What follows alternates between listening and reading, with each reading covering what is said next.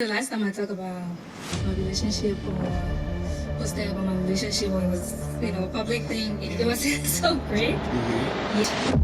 To share information. Okay, if you had that ability to build a man from scratch, what are what are some of the attributes that man would have or character traits? I have a picture of the kind of person I want to spend forever with. Okay. Yeah, but I just feel like dreaming is a real extreme, especially for men. You can have Okay, high expectations. Slow down. No, I'm kidding. I do have high expectations, guys, because I'm not going to settle for less.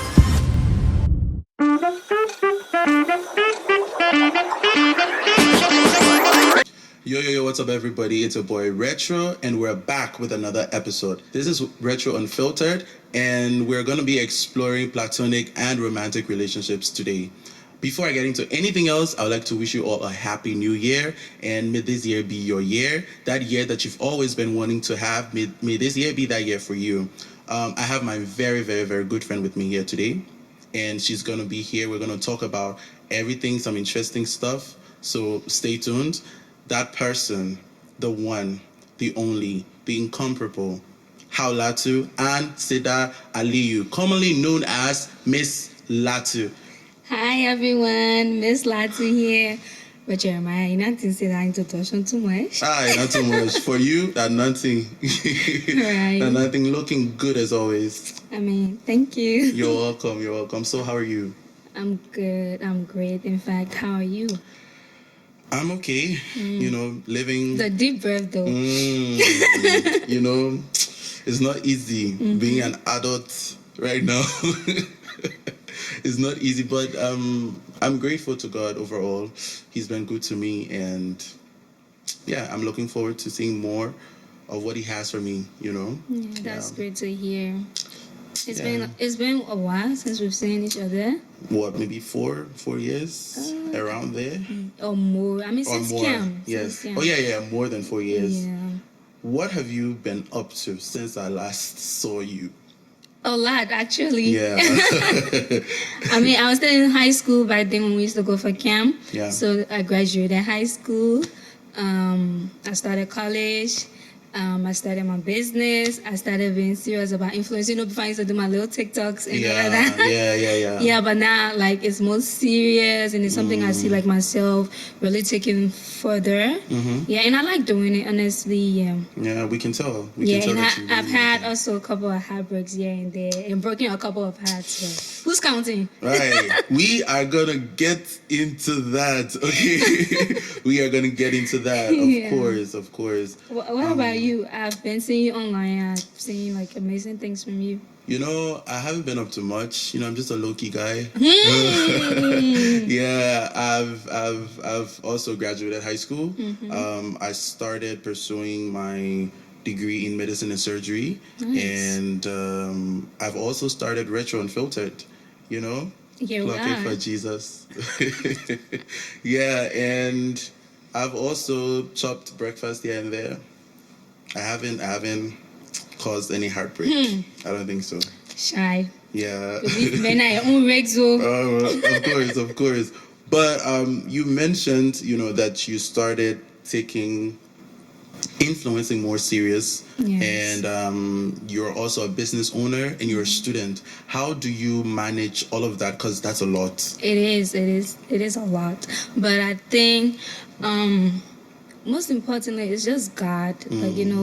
Some of us were just built for it. Firstly, God, and then I come from a very supportive family. Yeah. And I feel like, without them, I wouldn't be this far, or I wouldn't be able to do what I'm able to do or what I'm doing right now. Yeah. So it's just been that. And also, staying consistent with everything or balancing out, it's just mostly about knowing your priorities. Yes. Obviously, know what's coming first. So when I'm on break and there's no school, obviously I will be 100% committed to work. But when school open, I have to share my time with school, focusing mostly on school. So I know that school comes first. Of course. Yeah. So and then all the other things like influencing, socializing, and other things fall behind. So you have to know what is important at the moment and what you want to give your attention to, and just being consistent and being Of course. What inspired you to get into influencing? Because there are many Liberian influencers, and you always stand out. With I your do? craft. Of course you do. Yeah. And Thank you. You're welcome. You always stand out. What inspired you, and how do you plan on taking your influence into the next level? What has inspired me? Like, I didn't even know it was this serious. I just started in my room, like, doing TikToks and being in front of the camera. And I've always liked being in front of the camera. I would like to say, the camera is made for me, or the camera loves me, Period. obviously. Yeah, so it's just been like, when everything else is too loud and there's too much noise, or there's too much happening, I just go inside my room, set up a camera, do a TikTok. I've tried so many things. Like, before I started a YouTube channel, I was just exploring. And now, like, I didn't even realize people were watching, and people are watching. Yes. So over the time, I just had a larger audience, and they wanted to see more. People were supportive, have been supportive, and encouraged me through that little comments or seeing me on the street and be like, "Hey, Latu, I'm a big fan." It just has pushed me to take it seriously, and it's fun. It's something I actually love doing. So it's not so much, because content creators or influencers in Liberia are barely earning. So it's not even about the money. It's just something I love doing. But this year, I've promised myself, because last year I wasn't doing a lot of influencing as much as would have wished to, because a lot was happening last year. Yeah. But yeah, this year I want to be like very consistent, and I also want to do it differently. Like, I don't want to be like every other influencer out there or content creator. I want to try exploring so many things and just doing it differently in my own way that will stand out. And it's like, once you see this content, it screams Miss Latu. Period. So that's the aim for this year. Clack it for Jesus. Since we're here to explore friendships and relationships, I would like us to begin with friendship. What does friendship mean to you? What does it mean for you? How would you define friendship? Loyalty. Loyalty. Like, loyalty. How can I scream that? Because a lot of people don't know that. Yes, but if I think of a friend or the word friend, because trust me, like, I don't call everybody my friend. Sure. Because everybody is not your friend, firstly. There are acquaintances, there are classmates, there are schoolmates, and there's just everything. So if I called you my friend, like, I expect you to, be loyal and be a friend. Yeah. Be somebody that I can count on. Like, if I call you, I know you're ready to show up for me. Like, just be a friend. And I have loyalty, because nowadays, especially in Liberia, I don't know about anywhere else, because I live in Liberia. Like, people tend to misuse the word, and there are a lot of people that will say, "I'm your friend," and they're not your friends, and they will be the one doing things to you that will hurt you. And before you find out, it's too late, because probably you've opened up to this person and they know so much about you and stuff like that. Like, on the internet nowadays, I even see, like, you go on Facebook, you see that people have screenshot of conversations that happened 3 years, 4 years. They've kept those conversations. And then the second something happened, they're willing to expose it. Like, so you've been keeping that conversation just because in the back of your head or the back of your mind, you already know that one day something might happen and I can use it against this person. Like, it's sickening seeing the things that are happening out there, like with friends, people tearing one another down mostly. Mostly among females, as I hate to say. So if I think of a friend, especially in this time and era, generation, Gen Z generation, I would think about loyalty. Yeah, you talked so much about loyalty, and what friend? I know you have a few. What friend comes to your mind when you think of loyalty and friendship? Give a shout out to that friend. That would be my best friend, Richard, Erasmus, Dumba. He's annoying as hell, but I love you both. Shout out to you, Richard. Shout out to you, my brother. Yeah, he's been a real one. And, like, we've had a rocky path, and you wouldn't even believe how we became friends. So I was in FMC. I've always been in FMC, and then he transferred to the school in 9th grade. And I've always been this kind of person, like in school or in my class, very controlling, or on top of like a leader. Yes, Yeah. always been that kind of person. So when he came, he was very soft and all of that. So most of the guys used to bully him or pick on him. Okay. And then lunchtime, he would just sit by himself and the guys picking on him. So one day I came over with my friends, and he came over, and since that time, I told everybody that he's my friend. Nobody should mess with him. Since then, we just clicked. Like, even after changing school, we stayed friends, and we've had couple of rough paths. I think like a year ago we fell out, but we've managed to come back. How did that happen? Because falling out when it comes to friendship, sometimes it's really difficult. Sometimes you don't become friends anymore. No. But how did you two work it out? How did even you... if you become friends, like, it wouldn't be the same. Yeah, it wouldn't be the same. Yeah, right. All thanks to him, because for me, I'm somebody who's not confrontational, right? Okay. I wouldn't confront you about things. I don't like to talk about my feelings, especially when I'm hurt. I would just ghost you, just be by myself. Okay. But Richard can be pushy, and firstly, he did me wrong. Obviously, Okay. I've done a couple of wrongs to him, but like the major fallout we had, like I had an issue with him, something that he did to me, and it was like really big, and I didn't think I was gonna forgive him.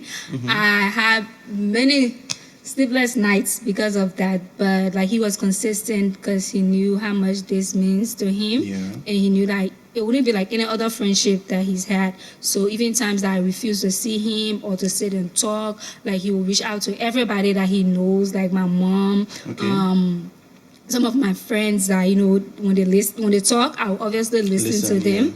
Yeah, and he kept pushing it like almost a year before I finally decided for us to sit and have a talk. And yeah. Almost a year.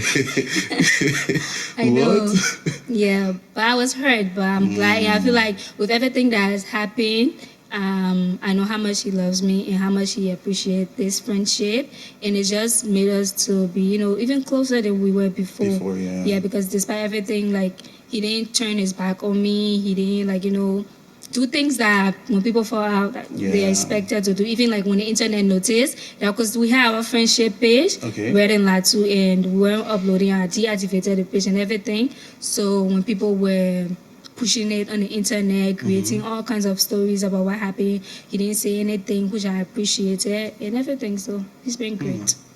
That's just one of the many challenges that you've had when it comes to friendship. And by the way, I'm happy that you two worked it out. You guys really are amazing friends for each other. Have you had a major fallout with a friend? I have. By the way, I recently did. Recently? How Yeah. recently?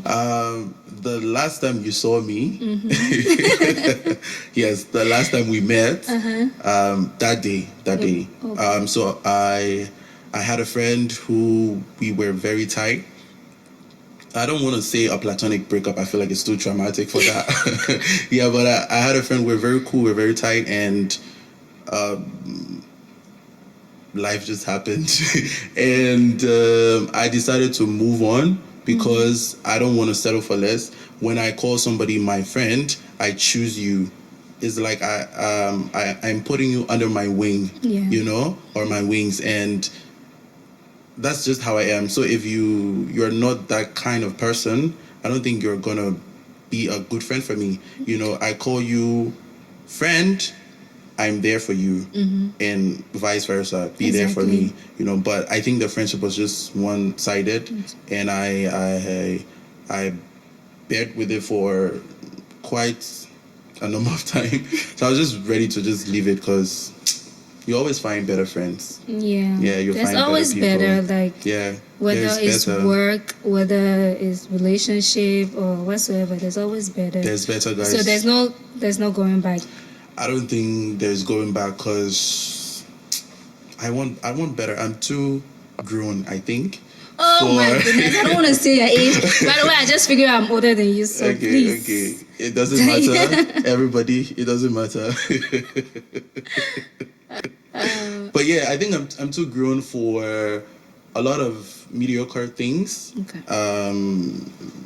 Life is too short to make somebody look like a fool or make them a joke to you, especially if you call them a friend or a partner or whatever. But yeah, that's just by the way. And yeah, I don't think there's any going back.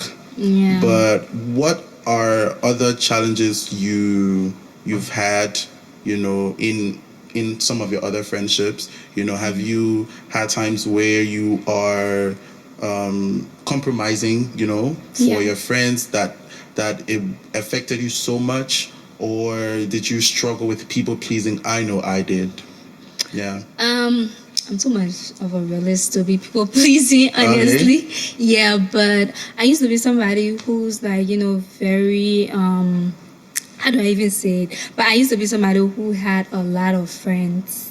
And growing up, like, it's something my grandmother would always like warn me about. She'd be like, how la, you like too many friends. Whole day you have new friend. But I just like people and being around people. Yeah. But I've had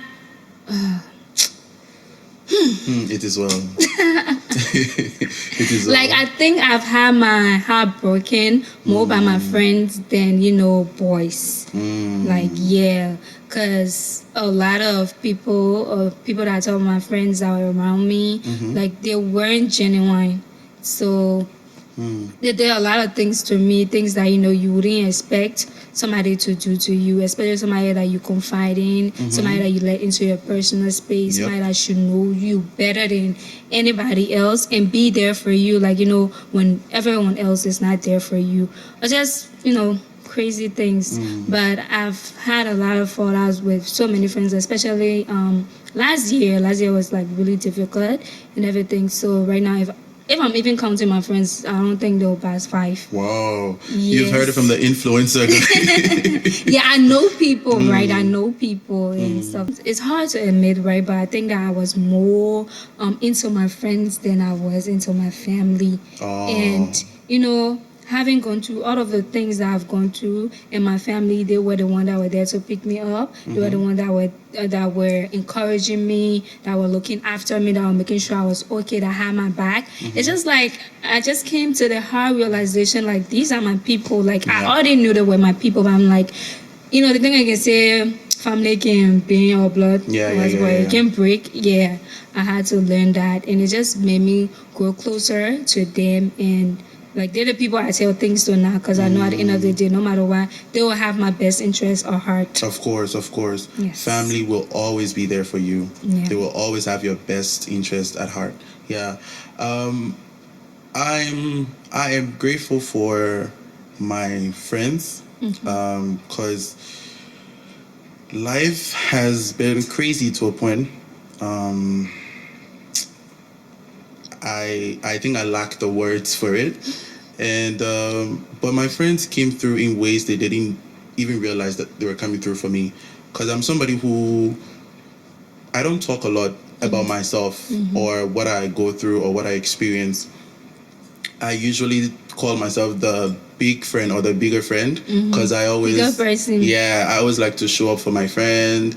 My friends, I like to help them, navigate life, help them with their problems, and just be there for them. But I struggle with allowing people to show up for me in life, and it's something that I'm still working on, because having a community who show up for you or shows up for you, it's really very important. Yeah, very important, and it's an amazing feeling, So I think I am working on that this year. So help me God.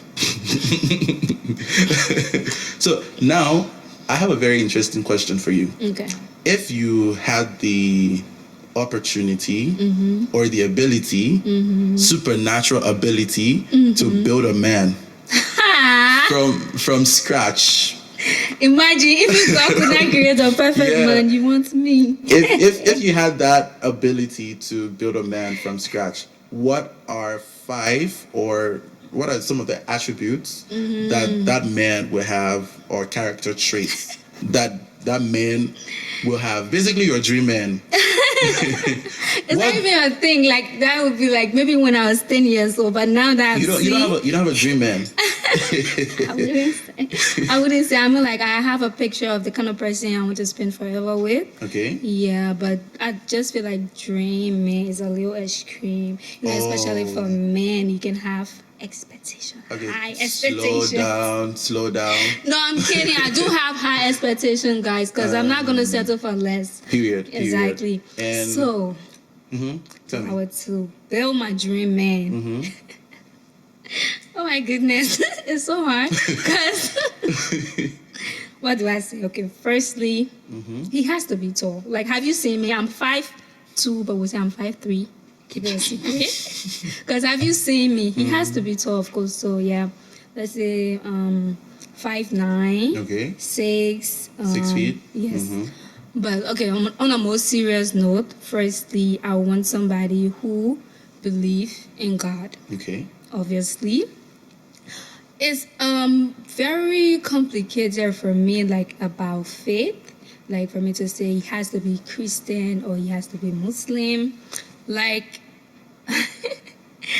Okay, my mom here in Liberia, she will get so mad at me for saying this. Okay. But yeah, I don't think that is, like, you know, a big thing for me, like, whether he's, and when I say among people, like, you know, they get all judgmental and have a lot to say when I say whether he's Christian or whether he's Muslim, because, you know, the Bible, because I'm Christian, obviously, but I come from an Islamic background. Okay. So yeah, my dad is Muslim and my siblings, they are, and I'm Christian, and everybody that I have around me now, they're Christian, but like my roots, they're Muslims. Okay. So it kind of complicate things for me, like, you know, how I see it. Like, it will not be like how somebody who come from both Christian background, like mom and dad, they're Christian, will see it. So yeah, I would like 100% go for a Christian man. But I'm saying that if I fall in love with someone who's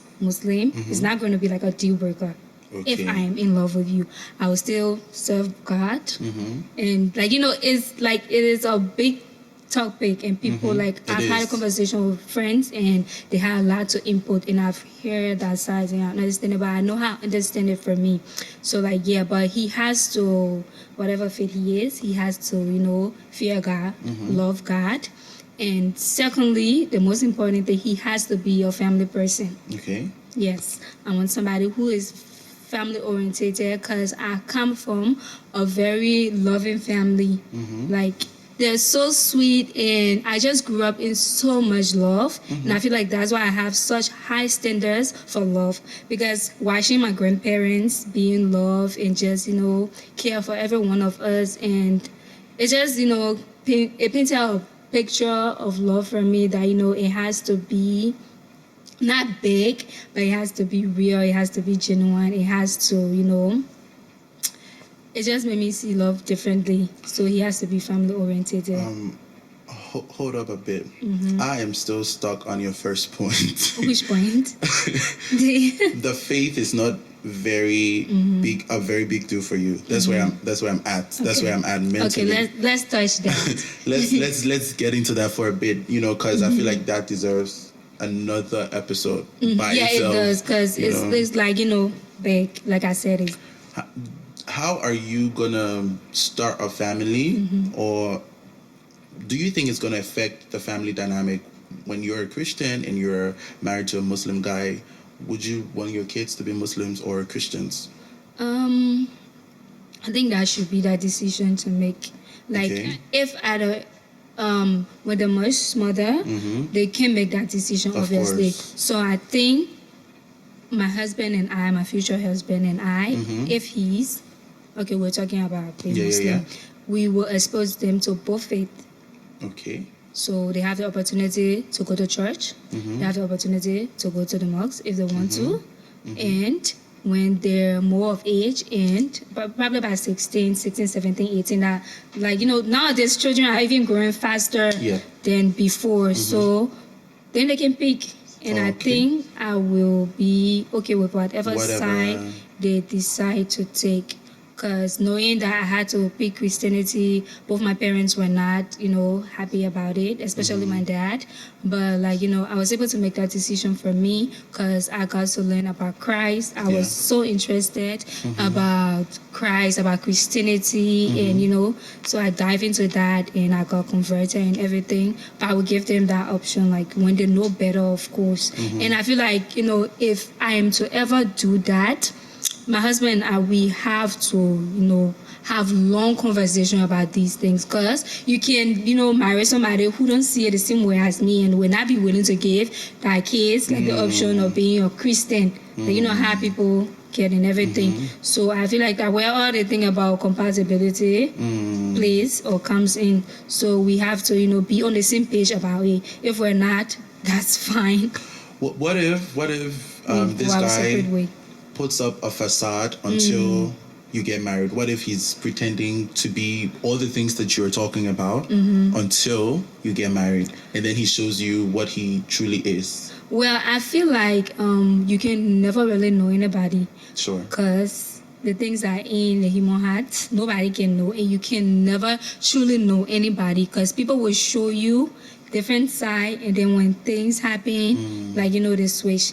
So life in general, like it's a gamble. I can't go open up a heart and go see what inside of it. I'll just have to take my chance, pray to God about it, trust him. If this is the path that he wants me to take, I feel like there will be signs and I will know it. If it's not, then it's not. I'm not saying it's something that I'm going to pursue. No. What are you gonna do when you now find out that this man is not who I thought he was, or he is? Like, just in the sense of like, wanting our kids to do that, or and then or other things. More so, taking control of the whole religious belief thing. Like, what if he's like, I don't want my kids to be Christians, I don't want them to be exposed to that, I want them to be Muslim from birth until they die. I don't, even you, maybe he even tries to isolate you. What if he's that kind of person? Isolate me from Christianity? I don't think no man gonna be able to do that for me. Okay. Yes, I'm too much of a control freak to let somebody else have control over my life. But right now I can't say what I'm gonna do, because I'm not faced with that situation. I wouldn't know what to do exactly until you're putting in. Yes. Because I'm not just going to say, okay, we're going to divorce, because I don't know how it's going to be like. Although there are certain deal breakers for me in marriage, I don't care whatsoever. We're calling it quits, or we're quitting, or we're divorcing. But I wouldn't know right now, honestly, what I would do. I just pray that it's not the case, honestly. Me too. I pray that's not the case for you. To marry the Muslim man, or to be faced with the switch up. Whatever, both of them. No, I'm wishing. Don't lie. Okay, my honest wish for you, is to find somebody who truly loves you for who you are. And I want you to get married to a Christian. Maybe I'm biased, but like my mommy. I want you to get married to a Christian, and that's my wish for you. And I don't want you to be in a very problematic situation. But I hope that God guides you with that decision, because it's a very major. It is obviously it is. But I don't think I've dated a Muslim guy before. Oh. Yeah, I haven't. I'm just saying, like, in the long run. You are open to the possibility. Exactly. Okay, cool. Yeah. The main question of this episode. Wait, I haven't get done, with describing my dream, man. Continue. So I said, Continue. Yes. My bad. Okay. Well, I said he has to love God. He has to be family oriented. Yeah. Yeah, he has to be family oriented. He has to be tall. Okay. And He has to be funny. Because imagine, like, spending the rest of your life with somebody who's not funny. And you can joke around. He's so serious. Like, I'm a very playful person, especially around my person. Like, I can be all giddy. And so I want him to be funny. I want him to be somebody who is very determined, because I'm one hell of a determined woman. I can tell you that. So he has to be determined. He has to be a leader. I'm going past 5 now, right? Yeah, it's cool. It's cool. Yeah, he has to be a leader. He has to be somebody who's very intelligent, because I'm a sucker for smart guys. Okay. Yeah, and he has to love me. I think most importantly, he has to love me so much. Like, when I'm not beside him, he can breathe. That's a reach, but Yeah, you want him to be gasping for air when you're not around. Like I'm missing something. Oh my What am I God. missing? Just feel like, I'm missing the love of my life. That's a stretch, but okay, I get it. But I feel like everybody wants a good man, so I want to end up with somebody who's very good. Yeah. Before we get to that question I was getting to, I'll also give a few things that I look for in my future wife that I'm going to be looking for. There are not a lot. I just have these very important pillars that I look for. First of all, you have to know God, love God, and have a relationship with Him. That's one. You have to be intelligent.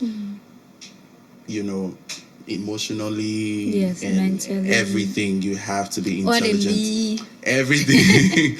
You have to be intelligent, and I'm saying know God and love God, because if you know God and love God, there are certain things that you're gonna have and possess. You're gonna have the fruits of the Spirit. You're gonna be kind. You're gonna be loving. You're gonna be all these things. So you have to know God. You have to be intelligent. Another major thing for me, you have to have mad face guard. I mean, obviously, who wants to wake up in the morning and the first person that you get to look at, they're looking at you, and you're like, it has to be like, I want to be flabbergasted like every time I see you. Oh man, I got this. Exactly. Like, wow, did I really get this person? Is she mine? Is she mine? Like, really mad. I always say that to my friends, and they are laughing all the time. No, it is very serious. Yeah. Like, it is a serious thing, because, like, for me, obviously you have to be fine, and then we walk in a room and everybody eyes on us. I don't get most eyes, of course, but yeah. you have to compliment me in some ways. Another thing that I really look for, and I think is really important, is character. You have to have good character, and that will mean you're a kind person, you're your own person, you're not really living life for people, and you're an independent thinker. And you also have to compliment me in some ways. You have to really like, does height matters? It doesn't really for me. Just do not be taller than me. To an extent, it does. Don't be taller than me. What's too short for you? I don't think, except you're a midget. But if you're not... Okay, what about body size?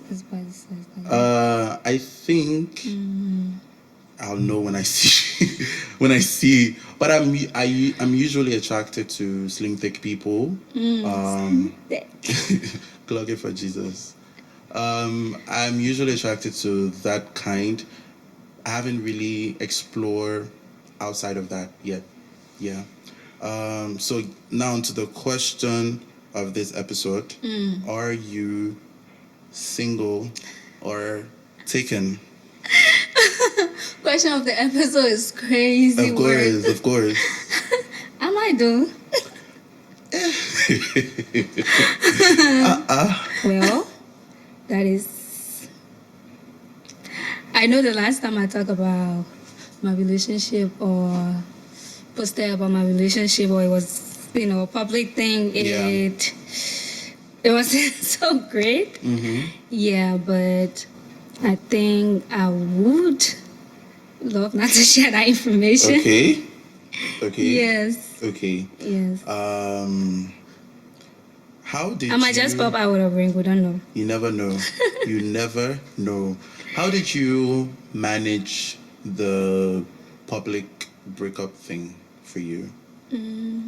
I assume it was a difficult period, as anybody would experience that. Yeah. How did you, if you don't mind, how did you? I don't think I've ever talked about it. I never even posted about the breakup or say that this person and I, because I never thought it was that much of a deal. Because when the relationship started or whatsoever, it wasn't like an internet thing. Because we are gone, I think, a year plus in our relationship before we started posting one another. It's just like any regular person posting a partner because it thought it was cute, and I was just doing it like because I was just in love with this person. Yeah, but I didn't think that it would get the kind of attention that it did. I wasn't ready for that part, and we're just going with the flow, and it wasn't like more of a being an online couple. Okay. It just happened, and people embraced that, and it started growing into its own thing. Yeah, but dealing with it, there were a lot of public backlash, like people, even up to now, people everybody has their own narrative or story of what happened, and I've never said anything, and the person has never said anything about it, and I don't think either one of us want to say something about it, because it was very personal, and it was a lot.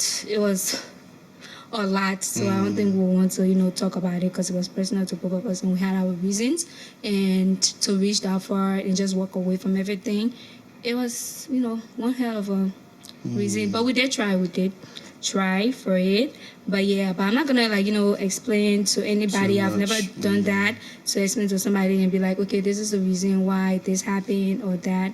But it was just that, and I think I've handled it with the support of my family, obviously, and some of my close friends. They were there for me, and everything that happened, they were available whenever I called. Whenever they had to come over to see me, or just being there with them, listening to me yap, talk, and very everything. much needed, yeah. So I didn't really never care about what people outside about you said or what they think, because it's not relevant. Those people are not important people in my life that when they say something, it will hurt me, because people that know me, I know they know me, and they know who I am. But the other people, they just know me from things I post, and you can never truly know somebody just from online stuff, because probably I'm living a whole different life online than I am. I share parts of myself with you, what you not want everything. Yes, what I want you to see, and people keep forgetting that. Like, what I want you to see is what I post. What I don't want you to see, I'm not. That, of course. You don't know that side of me, so it's okay, to have your narrative and everything about what happened or what did not happen. That's your story. But we both know what happened, and we respect one another. At the end of the day, we respect our journey, and we're able to move on and move past that and just be normal people. I wouldn't say friends, but normal people. Normal people. I'm rooting for you, though. I am. Thank you, but You're welcome. Do you regret it? No. Having the entire experience, do you regret it? No. If you had the opportunity to go back in time, would you want to go through the same experience? I don't regret it.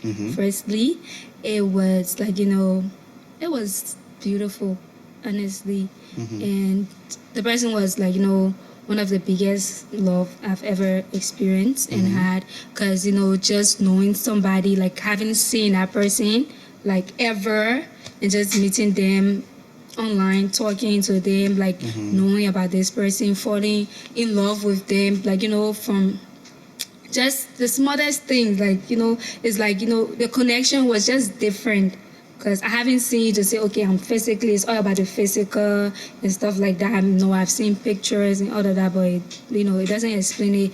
Yeah, so it was. I wouldn't. I've never regretted it. If there are some things that I would have done differently. Obviously, that probably if both of us had done or I have done, we wouldn't be, here Where right now. you- But at the end of the day, I feel like it wasn't meant to be. That's why it happened the way that it happened. But I'm still grateful. I'm very grateful for it because as much as it hurts to say, I learned a lot. Yeah. I learned a lot from that experience, from that person. So much good, bad, and I know that it will prepare me, for better. And that the next person I will meet, I will, there are certain things that I will take into consideration, certain things I wouldn't do, certain things I would do. Also. It has really been lovely having you here with me. I'm so honored that you're here right now and that you accepted to do this with me. I'm so grateful. Before we go, what's a word of advice you would give to the audience? Just one thing you would say to them as, in regards to friendship or just relationships in general.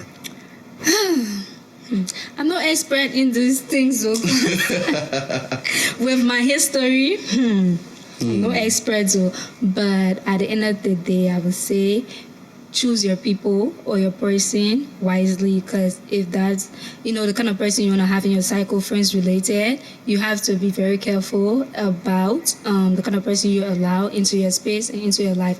Have and pray for the spirit of discernment. I think that's the right word. Yeah. Pray to God for that. It's very important. And then for relationship, also be very wise about the kind of person you choose as life and partner, because that person will either shape your life for the better or for the worse. Like the way you can say for better or for worse. So and also choose somebody and be with somebody who makes you happy and that you love very, very much. Don't compromise for anything. Don't settle for less, especially for my ladies. Okay, there's better. There's always better. So if you don't have better right now, walk away. Okay, don't think about the consequences or all the things that you're gonna miss out on.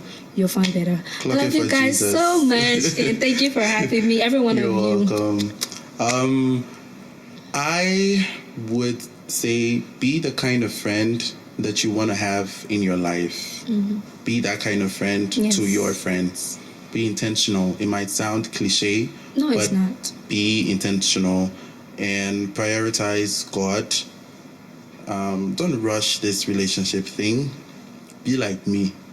I'm almost getting a degree in singlehood, but Wow. be like me. Don't rush it and just be yourself and allow God to do what He wants to do in you and through you.